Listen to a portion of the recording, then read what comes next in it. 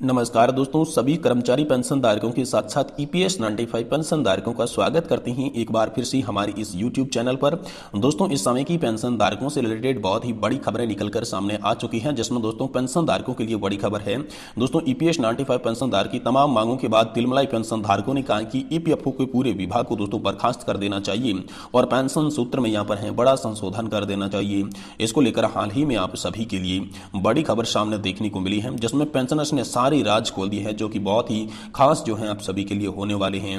और इसमें दोस्तों अगली बड़ी खबर की बात करें तो आप सभी के लिए हाल फिलहाल में एक बड़ी खबर निकलकर सामने आ चुकी है, जिसमें पेंशन धारकों की तमाम मांगों पर क्या एक्शन होने वाला है, क्या एक्शन हुआ है, इसके बारे में भी बात करेंगे। वहीं दोस्तों पुरानी पेंशन बहाली को लेकर नहीं थम रहा है आंदोलन, शिक्षकों और कर्मचारियों ने तय कर दी है आगे की रणनीति। वहीं दोस्तों आप सभी के लिए बात करें तो नेशनल एजुकेशन कमेटी यानी कि राष्ट्रीय संघर्ष समिति का बड़ा ऐलान सामने आया है, जिसके तहत देश के अंदर पुरानी पेंशन व्यवस्था की बहाली के साथ साथ ईपीएस 95 पेंशन धारकों की मांगों को कैसे मंजूर करवाना है, इसको लेकर दोस्तों रूपरेखा तैयार कर दी जा चुकी है। और लगातार दोस्तों वृद्ध ईपीएस 95 पेंशन भोगियों के साथ जो ईपीएफओ है वो निरंतर अन्याय करता रहा है, और इसी अन्याय को लेकर दोस्तों राष्ट्रीय संघर्ष समिति ने यहाँ पर अगला राष्ट्रव्यापी आंदोलन कार्यक्रम तैयार कर दिया है, जो कि दोस्तों हर गली से लेकर मोहल्ले से लेकर दोस्तों आखिर दिल्ली तक जाएगा। और इस अभियान के तहत पेंशन जन जागरण अभियान भी करेंगी। इसकी कार्यप्रणाली भी फिक्स हो चुकी है कि कब, कहां और कैसे अभियान करना है, कैसे कार्यक्रम करना है। वहीं ईपीएस 95 पेंशन धारकों के लिए निकलकर आई आज की तमाम बड़ी खबरों को इस वीडियो के अंदर हम जानने वाले हैं, जिसमें हाल ही में आई हाईकोर्ट के बड़े फैसले से पेंशन धारकों को काफी राहत मिली है। तो इसके बारे में भी दोस्तों आज की इस वीडियो में हम आपको बताने वाले हैं कि आखिर हाईकोर्ट ने क्या फैसला दिया है। तो दोस्तों इससे पहले आपसे निवेदन करना चाहेंगे कि आप इस वीडियो को लाइक कर दें और चैनल को जरूर सब्सक्राइब करें। तो चलिए सबसे पहले जानते हैं कि आखिरकार हाईकोर्ट से क्या बड़ी खबर निकलकर सामने आ चुकी है। दोस्तों हाल ही में आप लोगों ने सुना होगा कि ओपीएस की मांग के साथ साथ यहाँ पर जो है नेशनल पेंशन सिस्टम या नई पेंशन प्रणाली जो दी जा रही है उसमें ईपीएस 95 पेंशन धारक जो है वो लगातार संशोधन की बात कर रहे हैं। और ईपीएस 95 पेंशन धारक पहले से 4 सूत्रीय मांगों को लेकर अलग अलग जगह पर धरना प्रदर्शन कर रहे हैं। इसी बीच दोस्तों 2 हाईकोर्ट से बड़ी खबर है। पहले मद्रास हाईकोर्ट और उसके बाद इलाहाबाद हाईकोर्ट से एक फैसला आया, जिसमें दोस्तों दोनों फैसलों में लगभग समानताएं दिखाई दे रही है। फैसला दोस्तों कर्मचारियों के पक्ष में आया है, पेंशन धारकों के पक्ष में आया है, जिसमें पेंशन के भेदभाव को खत्म कर दिया गया है। ऐसा आप सभी के लिए दोस्तों बता दिया जा चुका है। जी हां दोस्तों, आप सभी के लिए 2006 से पहले तथा बाद रिटायर्ड पेंशन धारकों को मिलेगी एक समान पेंशन। इस पर बड़ा आदेश हाल फिलहाल में जारी हुआ है। जी हां दोस्तों, 2006 से पहले एक रिटायर्ड पेंशन भोगी में हाईकोर्ट में जब याचिका लगाई तब उन्होंने कहा था कि पेंशन भोगियों के साथ उनकी रिटायरमेंट की आयु या फिर रिटायरमेंट की सन के आधार पर भेदभाव किया जा रहा है।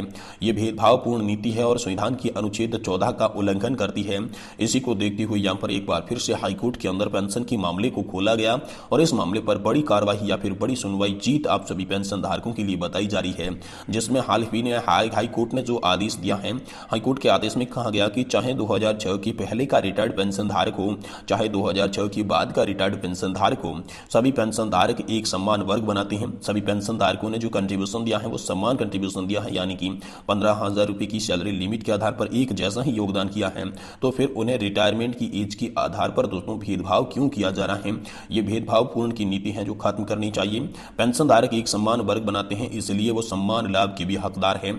ऐसा दोस्तों यहाँ पर कोर्ट के अंदर देखने को मिला, जिसके बाद आप सभी के लिए आदेश जारी किया गया था कि अब पेंशन का भेदभाव आप सभी के लिए खत्म कर दिया जा चुका है। और 2006 से पहले तथा 2006 के बाद रिटायर्ड पेंशन धारकों को हाल फिलहाल में जो है एक समान पेंशन के आदेश जारी किए गए हैं। वहीं दोस्तों आखिरकार आप सभी के लिए श्रम और रोजगार मंत्रालय के द्वारा बड़ी खुशखबरी जारी कर दी जा चुकी है। श्रम और रोजगार मंत्रालय के द्वारा आप सभी के लिए बड़ा अपडेट निकलकर सामने आया है।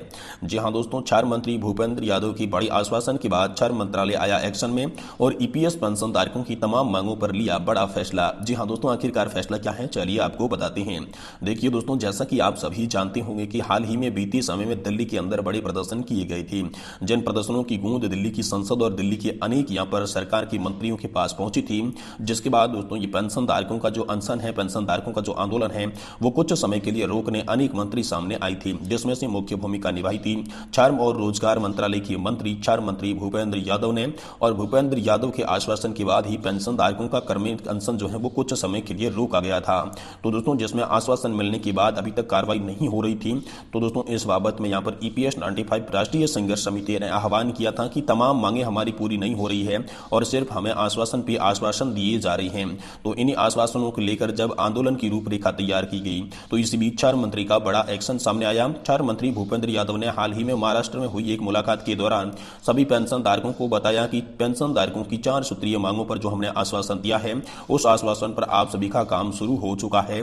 और इस बाबत में दोस्तों हाल फिलहाल में 4 मंत्री भूपेंद्र यादव ने वित्त मंत्रालय को एक बड़ा प्रस्ताव भेजा है। इस प्रस्ताव में पेंशन धारकों की मुख्य 2 मांग, जो कि 7,500 प्लस डीए की पेंशन के साथ साथ फ्री मेडिकल सुविधा को लेकर बात चल रही थी, तो इन 2 मुख्य मांगों को यहां पर तूल दिया गया है और इस प्रस्ताव के अंदर विशेष रूप से इन 2 मांगों को यहां पर जो है मंजूर करके भेज दिया जा चुका है। अब दोस्तों यहां पर अंतरिम बजट 2024 आने वाला है। बजट से पहले सभी पेंशन धारकों को बड़ी उम्मीद है कि ये जो प्रस्ताव भेजा गया है, इस प्रस्ताव में दोस्तों आप सभी के लिए बड़ी खुशखबरी आ सकती है। अब दोस्तों पेंशन धारकों को उम्मीद इसलिए भी है क्योंकि यहां पर जो है इसी साल 2024 में दोस्तों लोकसभा के चुनाव होने वाले हैं और चुनाव के कारण ही मोदी सरकार आप सभी ईपीएस 95 पेंशन धारकों की मांगे सुनेगी। इसके लिए दोस्तों एनएससी नेशनल एजुकेशन कमेटी या फिर राष्ट्रीय संघर्ष समिति ने आह्वान किया था कि श्रृंखलाबंद अनशन करेंगे, साथ ही कई जगहों पर क्रमिक अनशन किया जाएगा, धरना प्रदर्शन किया जाएगा, रास्ता रोको अभियान भी चलाया जाएगा। इसमें दोस्तों नेशनल एजुकेशन कमेटी ने हाल ही में एक रूपरेखा तैयार की थी जो कि आपके कार्यक्रम को लेकर थी, जिसमें दोस्तों बूढ़े पेंशनधारक जो है वृद्ध पेंशनधारकों के खिलाफ जो लगातार कर्मचारी भविष्य निधि संगठन यानी कि जो ईपीएफओ है वो अन्याय करता आ रहा है, कोर्ट के आदेश को भी सुचारू रूप से लागू नहीं कर रहा है। और दोस्तों इसी के तर्ज पर राष्ट्रीय संघर्ष समिति ने दोस्तों राष्ट्रव्यापी आंदोलन करने की यहाँ पर रूपरेखा तैयार कर दी है, जिसमें दोस्तों मुख्य कमांडर अशोक रावत ने बताया कि ये जो मांगे मंजूर नहीं होने से गली से लेकर दिल्ली तक जो है अभियान चला जाएगा, जन जागरण अभियान करेंगी पेंशन धारक और इसकी जिम्मेदारी भी यहाँ पर जो है प्रांत मंडल, जिला मंडल अध्यक्ष, कार्यकारी अध्यक्ष, महासचिव और संगठन सचिव ने यहाँ पर उठा रखी है कि कैसे प्रदर्शन किया जाएगा और कैसे अपनी तमाम मांगों को लेकर प्रदर्शन होने वाला है।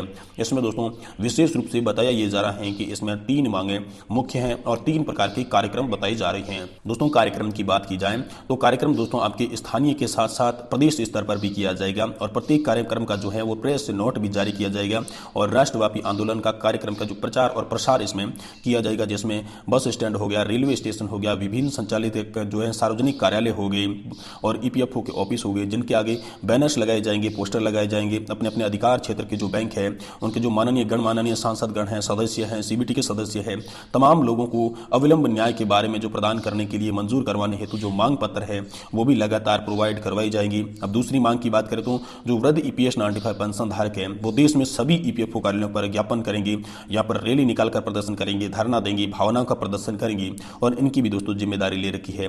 और अंतिम जो तीसरे प्रकार का कार्यक्रम होगा वो दोस्तों जंतर मंतर पर नई दिल्ली पर पेंशन धारक जो है अपनी 4 सूत्रीय मांगों को मंजूर करवाने तक अखंडित प्रतिवार जो है क्रमिक अनशन शुरू कर देंगे और इस क्रमिक अनशन की भी जो है जिम्मेदारी जो है वो नेशनल एजुकेशन कमेटी यानी कि राष्ट्रीय संघर्ष समिति ने ली है।